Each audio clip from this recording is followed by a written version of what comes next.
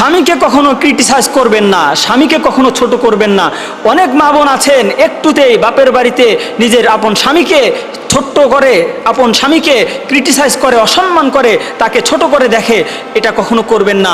আপনার স্বামী আপনার সব থেকে শ্রদ্ধার জায়গা, সম্মানের পাত্র। এই ক্ষেত্রে আপনাকে অসম্মান করা যাবে না, আপনাকে সম্মান করতে হবে।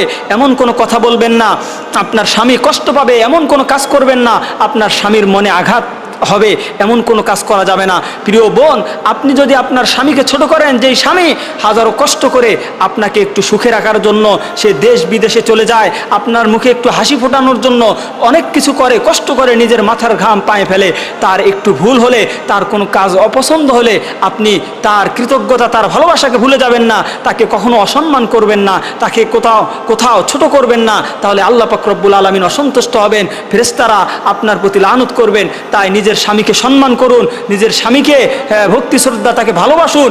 এক সময় আল্লাহ পাক রব্বুল আলামিন আপনাকে সফলতা দান করবেন। স্বামীর যদি কোনো ভুলও হয় তাহলে স্বামীকে অসম্মান করা যাবে না, আদবের সাথে এই ভুলটা আপনি ধরিয়ে দিতে পারেন।